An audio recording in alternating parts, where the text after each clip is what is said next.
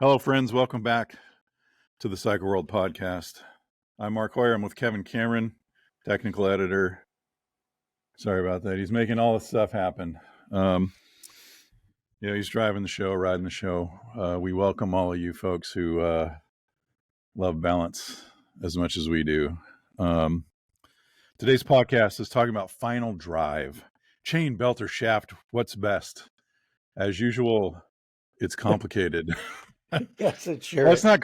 I mean, it's complicated, but it's not complicated. There just are trade-offs, as there is with anything. Before we get into all of that, first off, I want to give a shout out to the merch. I made this shirt. I scare motorcycles; they don't scare me. You can get one in the link in the description.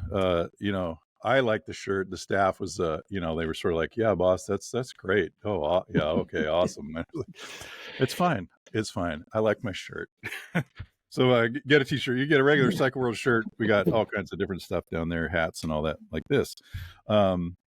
We really appreciate your comments, particularly on YouTube. It's pretty lively. It's just great to hear from everybody, hear your ideas, hear your comments. We appreciate the support. There was some really good stuff on the Great Engines podcast. We did a podcast about what makes certain engines really beautiful and fun and stand out, really, really run. And we used the Norton Commando as an emblem. And then lo and behold, a fellow named John Gregory commented. And if you don't know who John Gregory is, John Gregory worked with TC Christensen, and they did a Top Fuel twin engine Norton drag bike called the Hog Slayer. And at the time, circa 1970, Nitro Harleys, all that stuff was really, that's where it was at, XLCH and all that, or yeah, XLCH. And they beat all those guys, and they worked on the ports and everything. He says, hey, enjoyed your comments on the Norton Commando heads. This is why TC Christensen on our Top Fuel Norton Hog Slayer beat all the Harleys, Triumphs, and Hondas in the 70s. Basically the equivalent of combat engines that we made first. And he talked about Atlas ports were terrible. Mike Berliner had me bring heads to the show of Jack Williams in Norton, UK. Jack said this is what his designers had in mind, probably.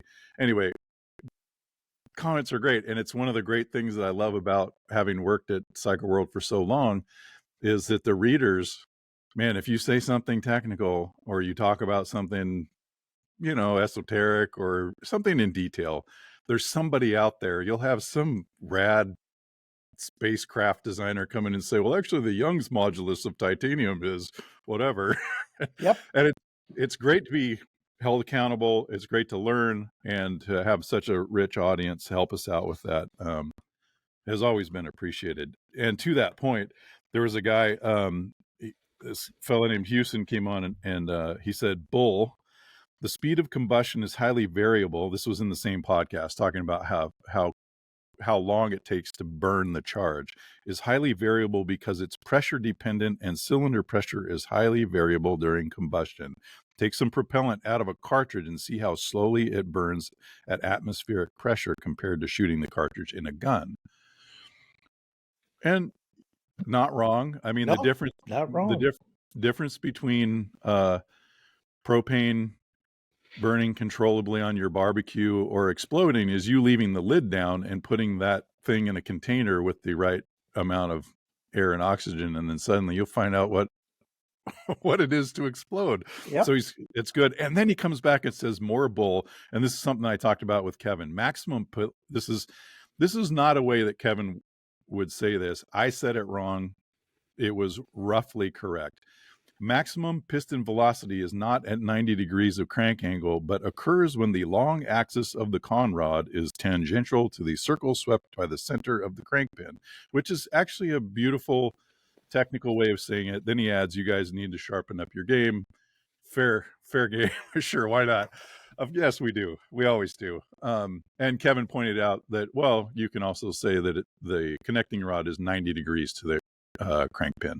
Crank arm. Yeah. Crank arm. Yeah. And so anyway, we appreciate all of those. The final thing was a guy called out Kevin's 27th thou of squish. And he said, 40 thou if you are feeling lucky. And I think we might be talking about a difference between a 2-stroke tuner squish and maybe a 4. I don't know. What do you think, Kevin? Well, like I've heard the 27 from Superbike people also. Oh, okay. And So it's these are little short stroke engines, yeah. and they basically want to run the squish down, not quite to the point where you start to see shiny areas on the piston.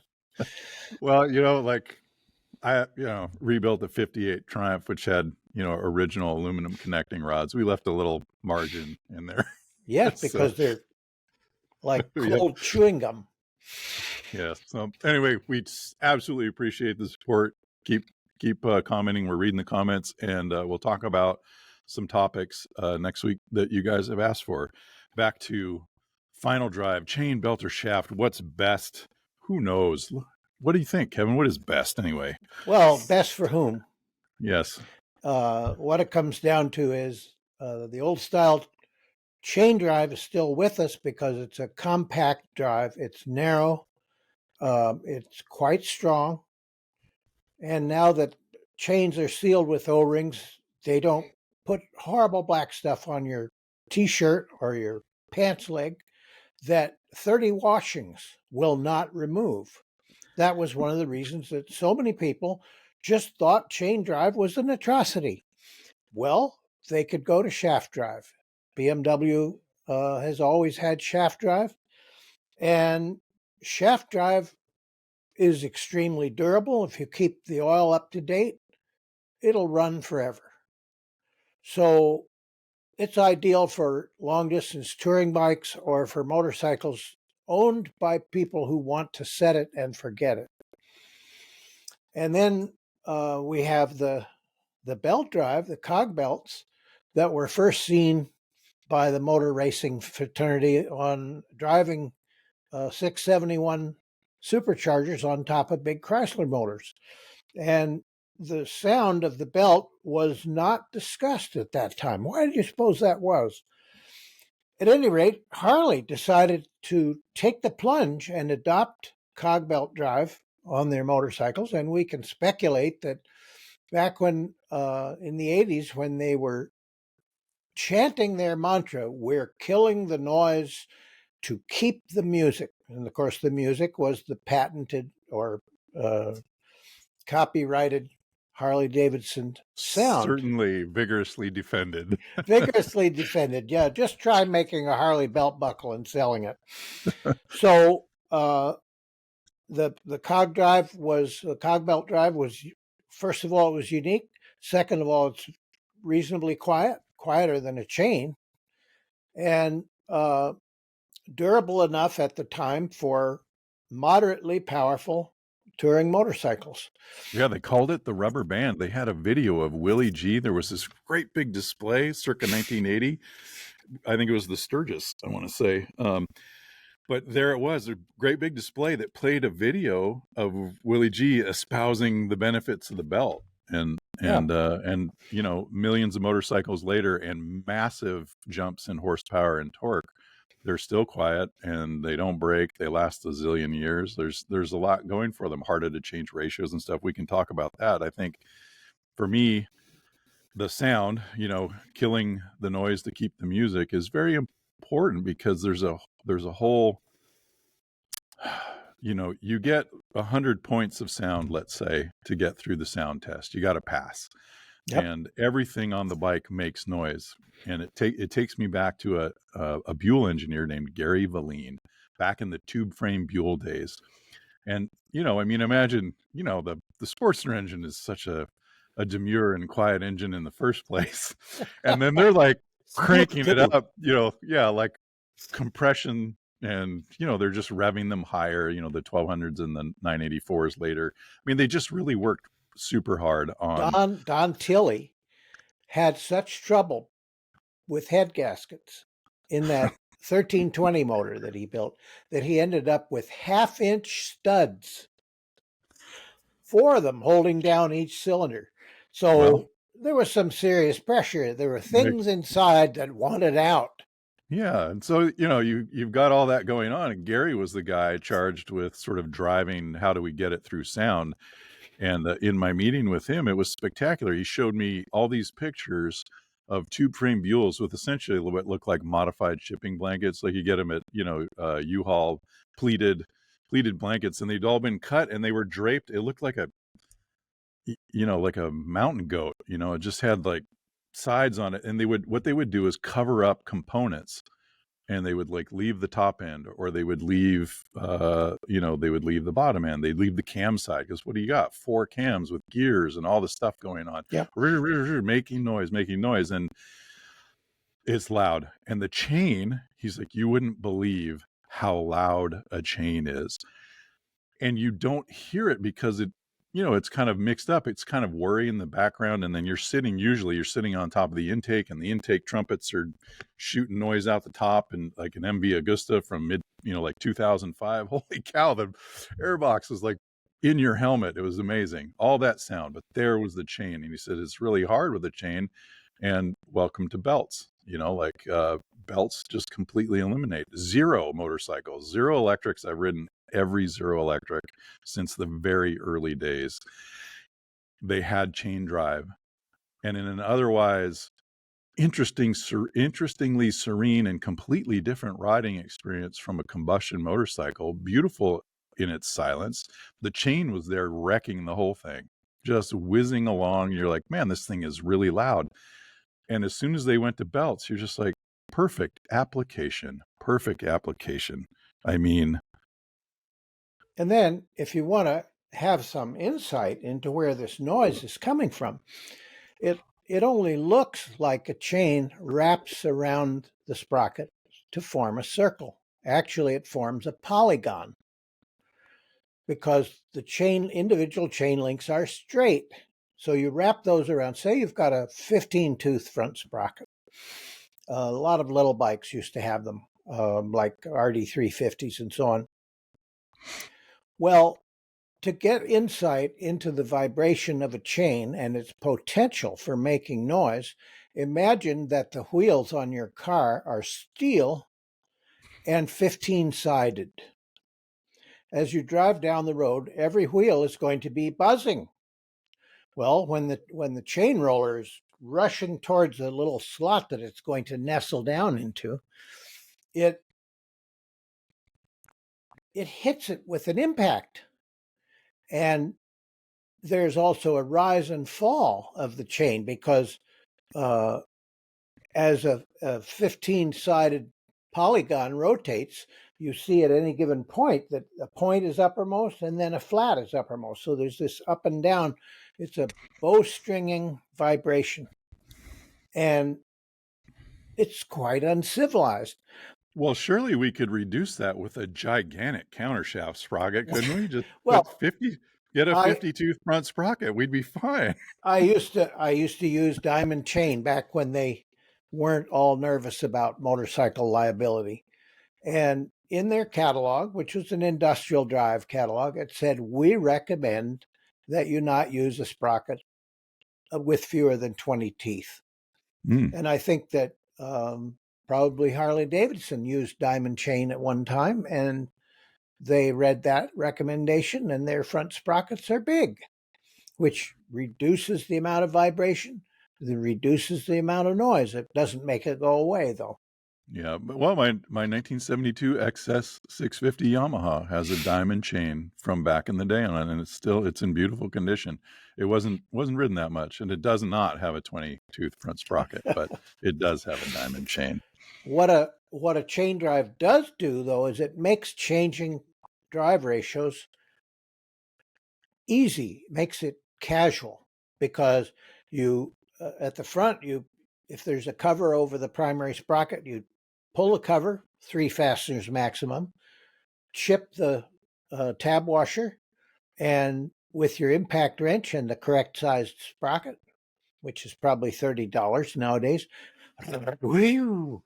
and you can pull the sprocket off, loosen the chain adjusters, put a bigger sprocket on, slide the wheel forward, whatever you want. You can change gear ratios quite rapidly. Or you pull the rear wheel out, like I saw Arturo Magni do at Mosport when they had the Canadian Grand Prix in 19 1967. He had the mechanics remove the rear wheel, and he beckoned imperiously to a young man who brought a blanket, and he pointed at the ground. I want the blanket here. The blanket was provided. Then the wheel was put on the blanket. Then he reached up and somebody put the giant circlip pliers in his hand. Well, to be the MV Augusta crew chief. I mean, Yes, you know, he was playing it for all it was worth, but he wasn't going to have some recent hire put the circlip in backwards. But racers can, change gear ratios constantly, so they can we need a go? Can chain we drive. just? Yeah, could we just stop very, very Oh quickly yeah. and do a sidebar on what does it mean to put in the circlip backwards? Because if you pay attention, there's a difference. Yeah. Let people know, because this is one of those nuggets that has your shit fall off on the front straight at Mosport if the circlip potentially is in the wrong direction. What does that mean? Well, circlips are formed by punching them out of sheet steel, and when you punch form anything, you've got a rounded edge and you have a sharp edge, and they want the sharp edge uh, on the load bearing side. And I learned a lot of this stuff when I worked a job in which we had an advisor who came in on Wednesdays, and he said, I want you to do this, this, and this. And when you're done, I'll be there next week. So I would get these things done in an hour or so, and then I would read industrial catalogs. And there's all kinds of wonderful stuff in a ball bearing catalog, in a chain and sprocket catalog, in a circlip or a fastener catalog. And I drank all that stuff in because I was curious. And so you'll find all that stuff in there. And of course, I've seen so many people put O-rings in place with gasket goo on them. Yeah, I'm just laughing because I'm laughing because if we want to know what made Kevin Cameron finds it interesting to read ball bearing catalogs.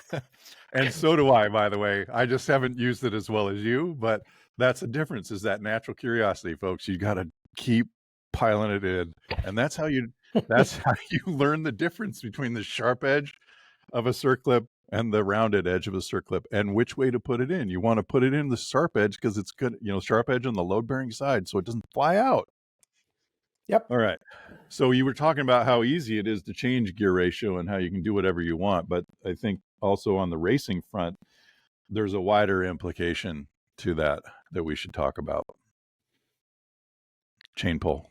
Oh yes. Well, now we're getting into what this subject is: interaction of final drive and rear suspension. And it happens with everything. It's not just chain. It's going to be chain. It's going to be also belt, and it's going to be shaft, which has its own wacky consequences. So, Yes. yeah. So it's very easy for the tension in the top run, the driving run of the chain, to be thousands of pounds in lower gears. So that being so, you've got this large force there. Okay, set that aside for a moment. Normally, when any vehicle that is driven by wheels accelerates, it squats at the rear somewhat and lifts at the front. And the ultimate expression of this is the wheelie. And the reason for this is that the driving force is applied at pavement level, and the mass of the vehicle and the rider and the fuel acts as though it is concentrated at the center of mass of that cluster of three, which is about 2 feet off the ground. So a lever of 2 feet times the driving force, which can be hundreds or even 1,000, more than 1,000 pounds, you have a large torque tending to lift the front and settle the rear. Okay, in the 1980s, when a lot of really powerful motorcycles were going superbike racing, people began to notice that under certain circumstances, their bikes would mysteriously head for the outside as they accelerated off corners. Well, they began to look into it and they saw that it was sort of like when the back of the motorcycle would squat down when the rider turned the throttle. So then they put some bright folks on this and they saw that the various forces in play, the driving force at the bottom of the tire, the chain tension, and so forth, could add up either to neutrality, neither squat nor lift, or squat, which made you head for the outside by taking weight off the front tire, or outright lift. So I used to see the TZ750 Yamaha road race bikes lift when the rider would make the first to second upshift off of the old turn 9 at Laguna Seca. And I thought, well, that's interesting. And the next step in this mystery was that riders became upset about this because it became something that they didn't understand and which on certain circuits with certain gearing could be a problem. So when they got the motorcycle so that it didn't squat and did not head for the outside, which none of us likes, road racers make the sign of squat and push like this. They go Crossing arms, folks. Yep. Listening on Spotify. Yes. So, crossing arms, folding the front, crossing. Yep. Yes, not a good feeling. When they found that they had a setup that really worked, the riders would say, "Don't change anything on this bike." Well, yeah, but we got to change the sprockets. We're going to such and such a circuit next weekend. Don't even bother. Don't even bother.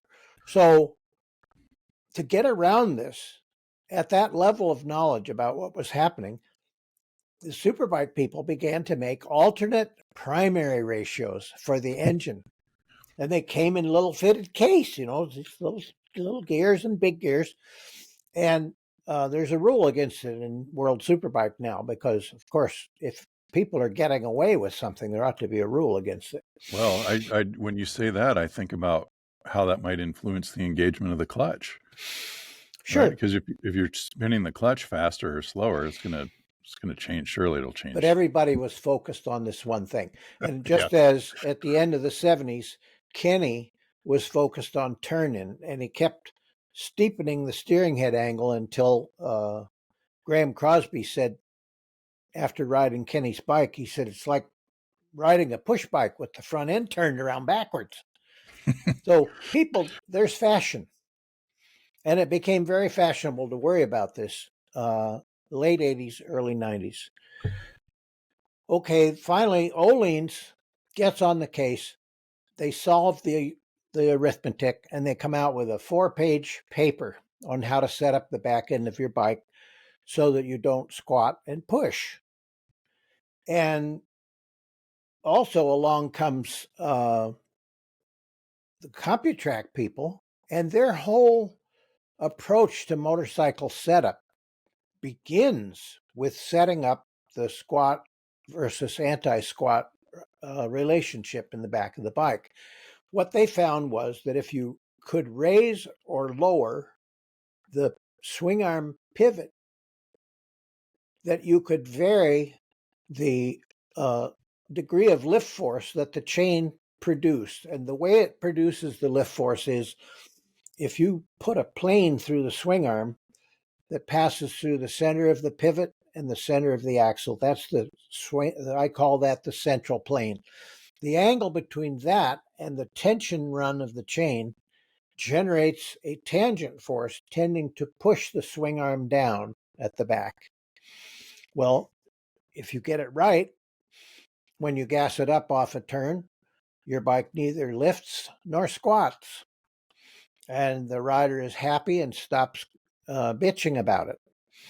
And of course, that's always very important. Well, that's really, if you boil it down, that's the goal, or that's the job of the tuner. Get your rider to stop bitching about it. Keep the rider quiet. Yes, quiet rider is a happy rider. Yeah. And so, in order to make it legal to do this in superbike racing and in super sport classes, the manufacturers began to offer variable height swing arm pivots. And the way they did that was they put a little rectangular box in the frame on either side, and there was a plate that fitted into that that carried the swing arm pivot. And the plate would be located, you could buy these plates that probably they had them in 1 millimeter increments, and you'd have a stack of these little things, and you'd put in the ones that that gave the quietest rider. It reminds me of going to a supercross. I want to say probably circa 2000, something like that, where a rider, I don't remember who it was, but a rider showed up, and his gear complement, you could see the counter shaft and the final drive sprocket, and suddenly his counter shaft was extremely large, a veritable saw blade. Yes.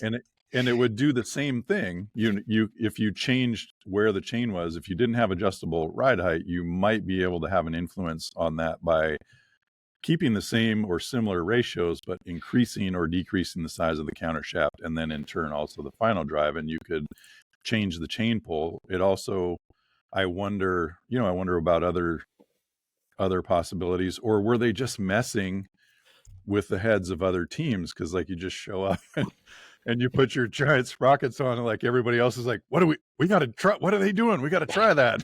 Yes. Well, I think the thing is that must be borne in mind here is that this chain pull effect and the degree of squat or anti-squat is strongly dependent on engine power. So it became important with the 500 two-strokes. It became important when 1,000cc street bikes making 150 horsepower entered production.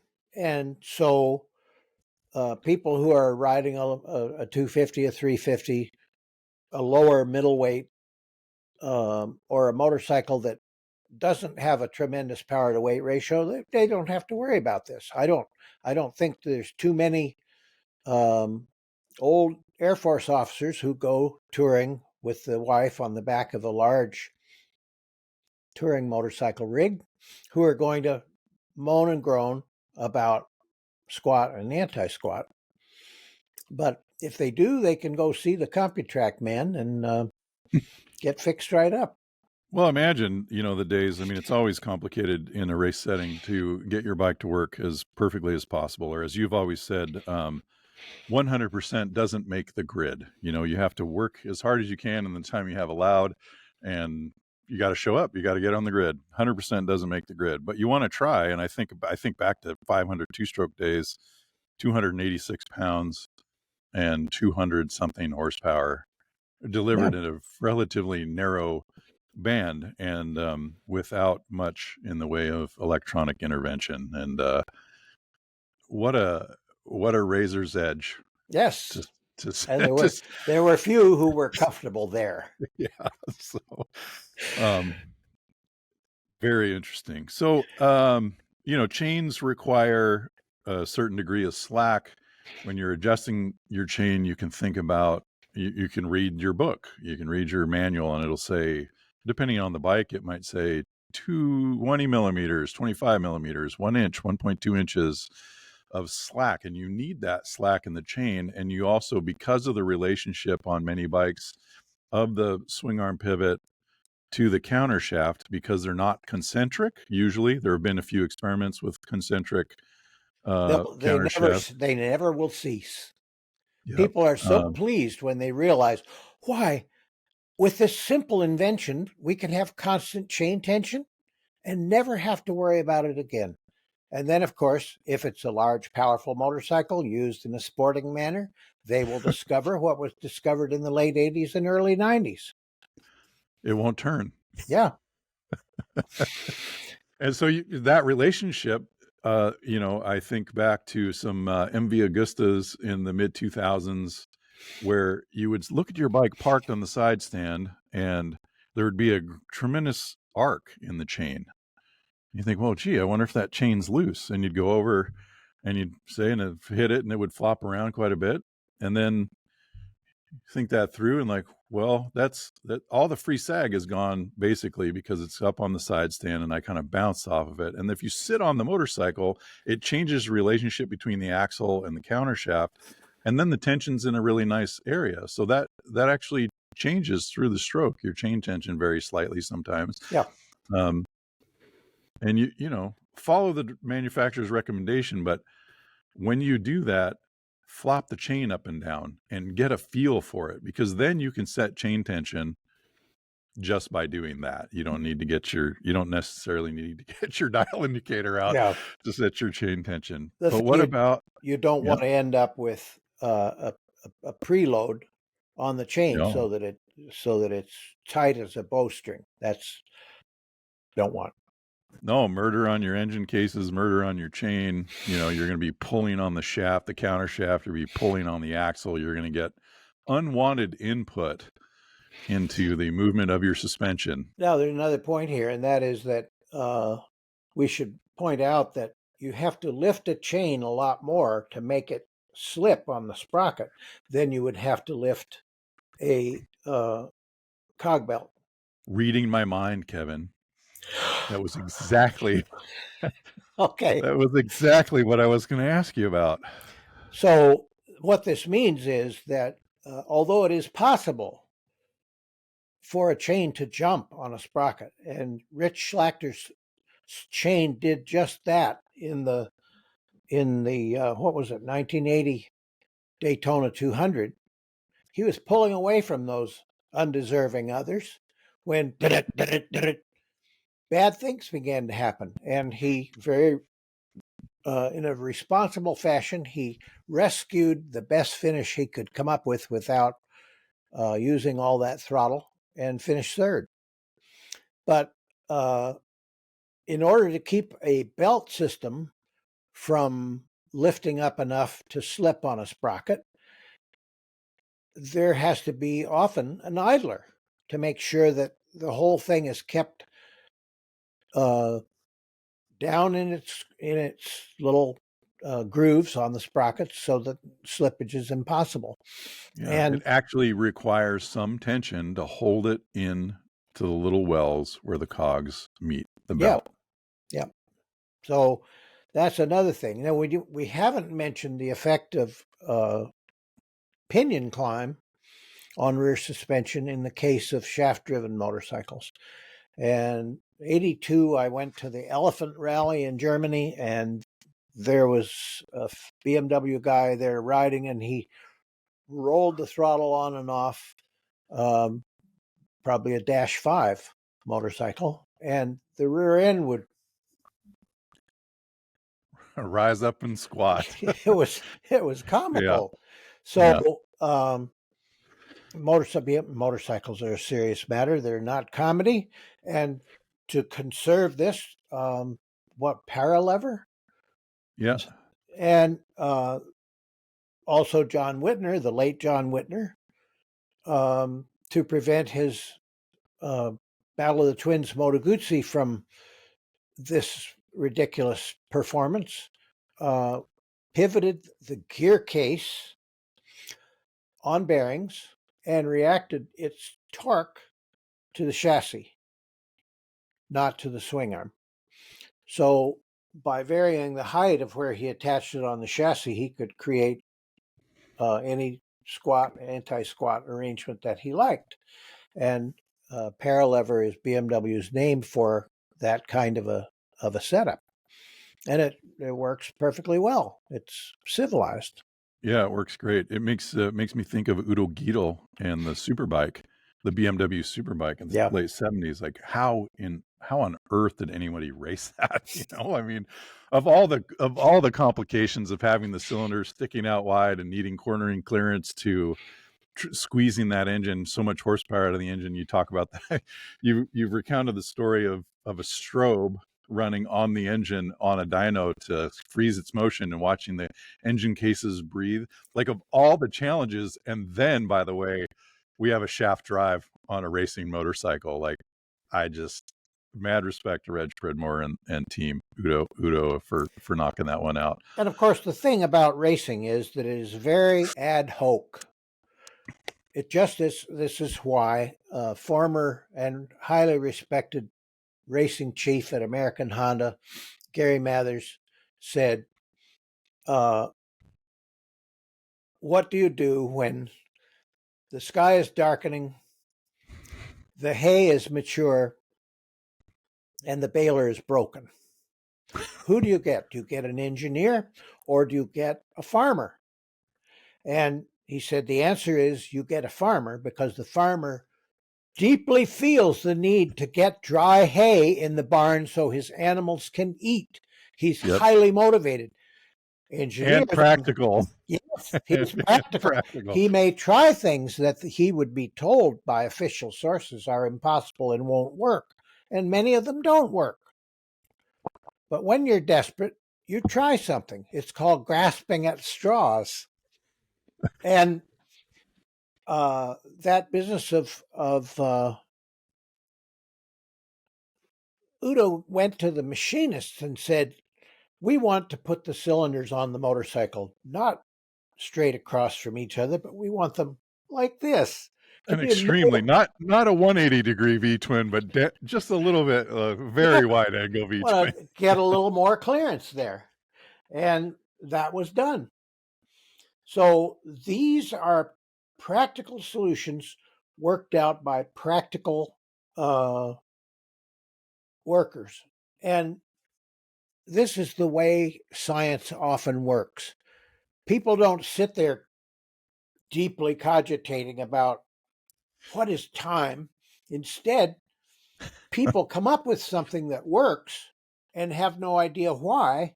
And the science guys come in afterwards and work out how the relationships work. And that's Olean's little booklet, which is now a much sought after item. Because I've been told by Olean's people that they still get people coming to the truck asking for an absolutely incredibly stiff spring, which is cataloged, but nobody carries it. Why do you want this spring? Well, our bike's squatting at the back and we don't know what to do about it. And Ducati went back in their days when their swing arm was 19 inches long. They ran these stiff springs, and it was a cost of doing business. Yeah. But now it's well understood, at least by those who can read, and it's no longer a problem most of the time.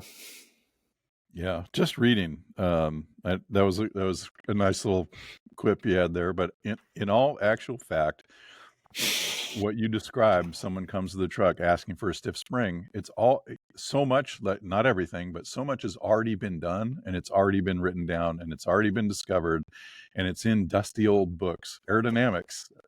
Yes. Aerodynamics, high-speed internal combustion engine. Like the same mistakes keep getting made over and over again, only because the old guy who knew it retired, or they gave this project to somebody who didn't have direct experience with the previous failures, and it's this constant cycle. And I think the center of mass moves along, but there's still guys up here in the front, and there's still guys here in the back. The outliers, yeah.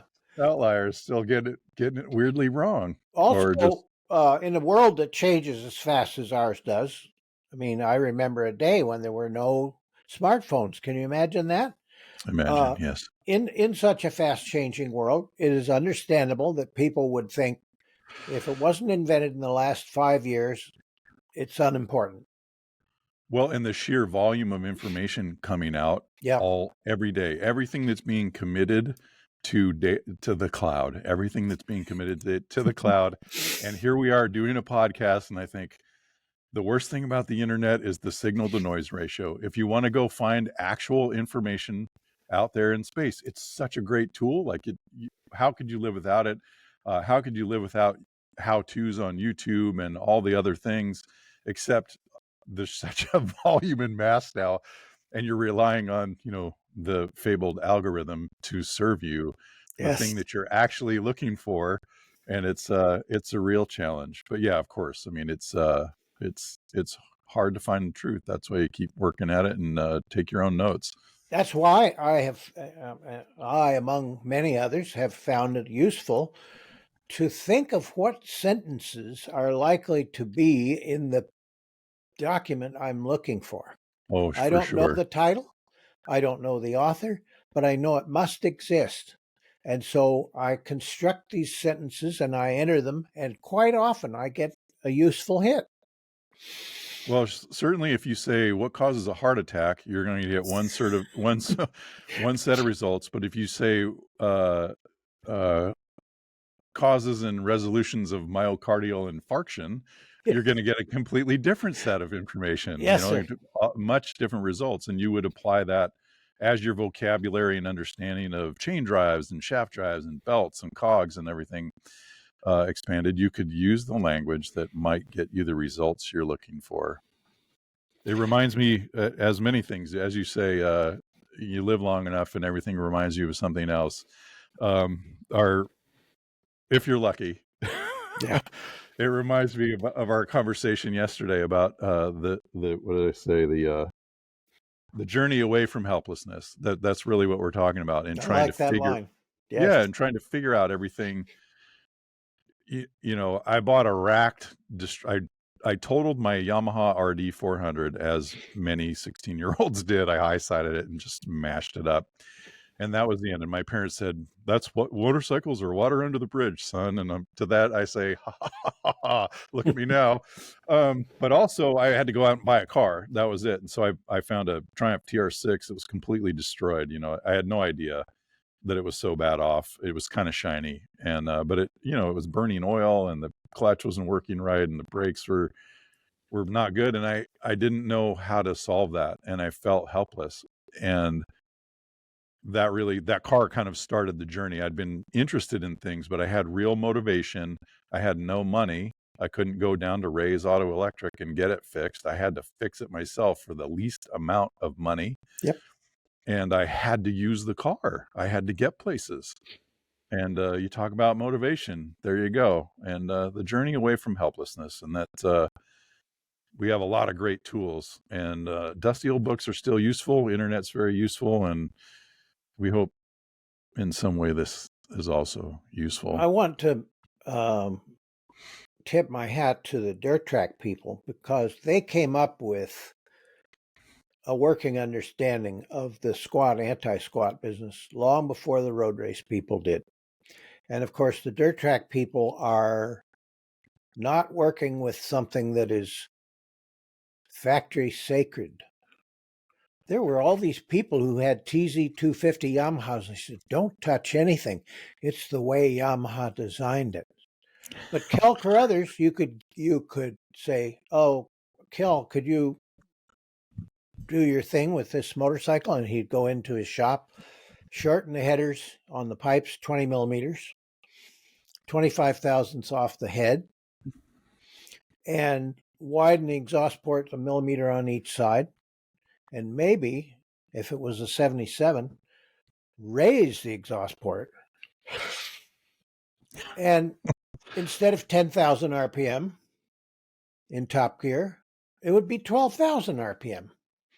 And that was the wonderful thing about two-strokes, was that you didn't need a Norton cam grinder and all kinds of scratch to make the thing faster. But there were all these people that wouldn't touch anything, whereas dirt trackers are all natural experimentalists, and they came up with this.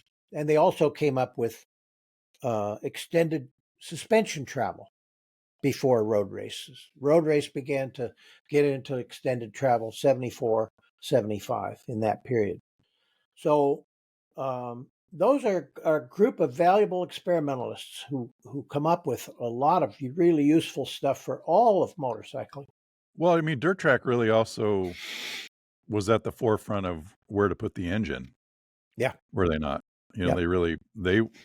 They worked hard to move it forward. That's what made the XR750 so nice, is a 45-degree V. You could mash that thing up against the front wheel. Yep. And It they wasn't did. some big bulky thing getting in the way. I mean, there were a lot of really interesting things going on with the XR, size of the flywheels, the inertia of the flywheels. And I mean, really smart folks used all that experience to build this engine that dominated dirt track for so long. But final drive. So where have we ended up? Chains are noisy, but highly useful. We can get around the sound. We love O-ring. I love O-ring chains because I don't have to use that heavy duty black stuff, but a shout out, unsponsored shout out. Honda's non O-ring chain lube, the Honda Pro Oils, is spectacularly durable and sticky. And so is PJ1, the black stuff, the really gooey black stuff. I run, as a nod to the past, I run rattled chain on my British bike. It's also the right width, so it doesn't drag on the cases or things like that because the 530s are too wide. So they use the British chain, and that's the chain lube that makes it the Velocette, the entire length of the Velocette Rally with some lubrication left. New chains, you have the O-ring, you kind of want to cushion the outside and keep it from rusting, but buttering your chain on a regular basis, keep it clean, folks. Clean your chain, just clean it and you can put that waxy stuff on. That's cool. The dirt doesn't stick to it. Use the clear stuff if you have like nice gold plating on the side and you want your DID to look spectacular parked with the light glinting off of it.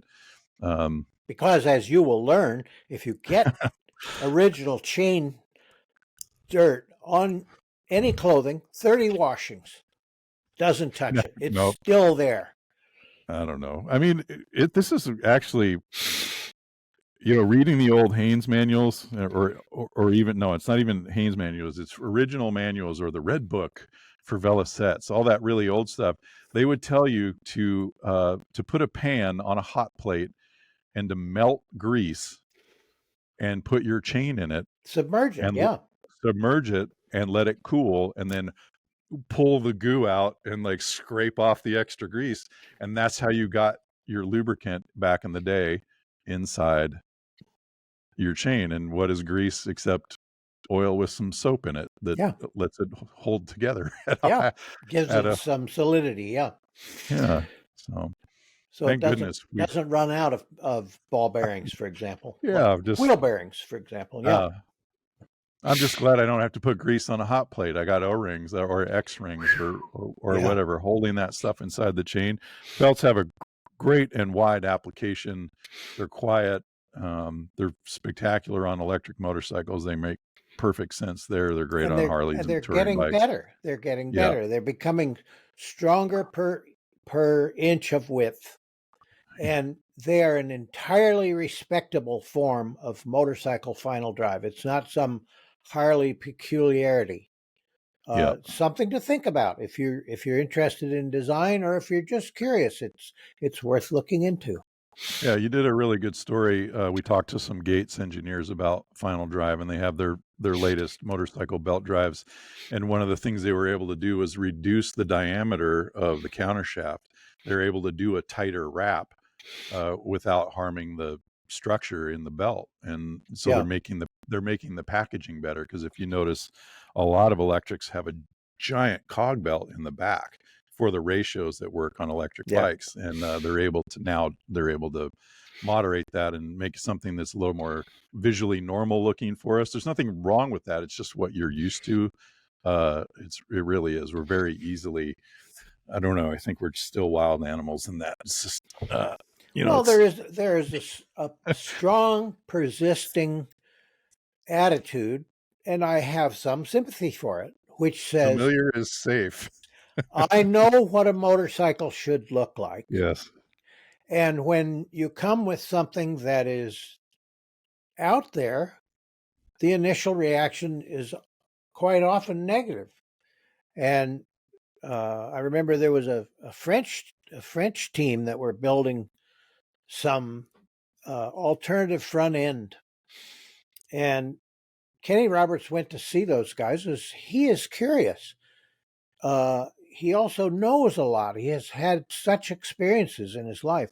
Anyway, he went to see those guys, and he said, "What is this? what's the purpose of it? What are you trying to accomplish here? And he said, oh, well, you see, we are trying to avoid the chatter, the chatter. And he said, oh, that's great. Now you got rid of chatter and now you got hop. So his attitude toward it was a very practical one, which is come and see me when it works. Yeah. And that is why motorcycle racing is not a futuristic contest of wacky,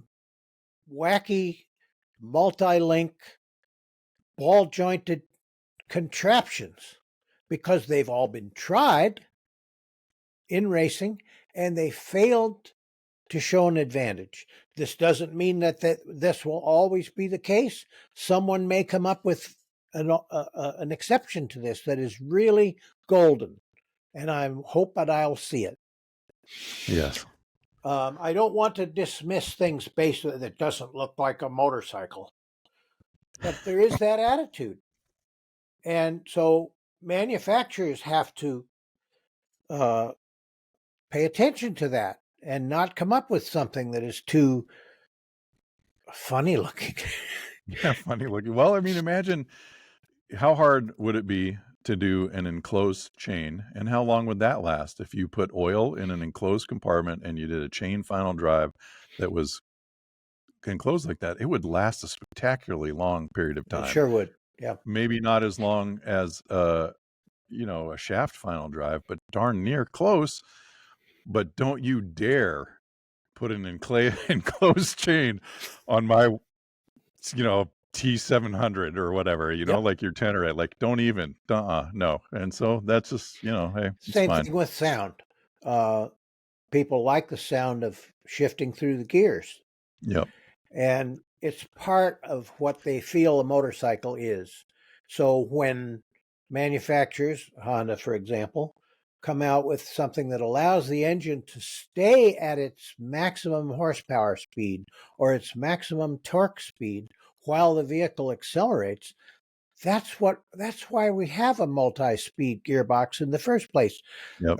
The oldest motorcycles had one speed, which was 24 miles per hour. You got the thing going by paddling along and then dropping a compression release and chuck, chuck, chuck, chuck, chuck, chuck, chuck, chuck. I'm moving. And then when they got a little more power from the engine, so that the difference between minimum speed and maximum speed became larger, they needed two speeds. Indian won the TT in 1911 with a 2-speed. And it had a dog ring shifter. Latest thing, Kawasaki had a dog ring shifter on some model, I think. At any rate, then 3 speeds, 4 speeds, 5 speeds. Now here we are with 6 speeds.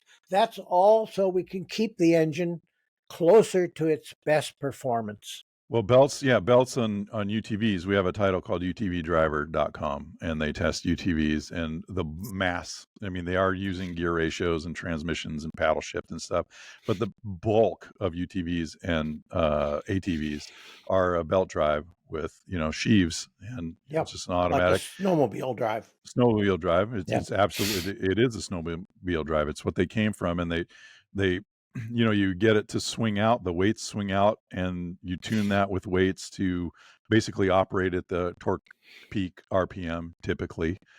And nobody cares over there. We talk about it because Zach Bowman, the editor-in-chief, is also a mad car and motorcycle enthusiast, and we like the way things sound when they shift. But having experienced tons of UTVs over the years now, I'm pretty happy with the belt drive. It's incredibly durable. It's incredibly flexible. It's essentially completely automatic, and it works great. And yeah, it makes a sound that sounds like a UTV doing its thing. Sounds perfectly fine to me. But you have to be you got to train yourself out of it. Yeah, you do. Some people will hear that sound, the engine accelerates and holds at a constant level, say, why does it go into a sickly moan like that and just stay there? Yeah. That can't be any good. I mean, I will always take a 64 E-Type coupe shifting through the gears, or a Ferrari 250 GTO V12 ripping through I mean, yes, I like flames coming out the tailpipe, but I can also respect what else is going on elsewhere. So I think we've reached the finality of Final Drive. I did suggest to the producer, indicated here in the last few minutes of this podcast, that we do one that just calls Kevin and Mark BS about stuff for 45 minutes. So we may in fact do that. We will have Peter Egan on soon. And we appreciate, again, like, comment, and subscribe. Get down there and tell us what's on your mind. And we appreciate all the support, and thanks for listening. You bet.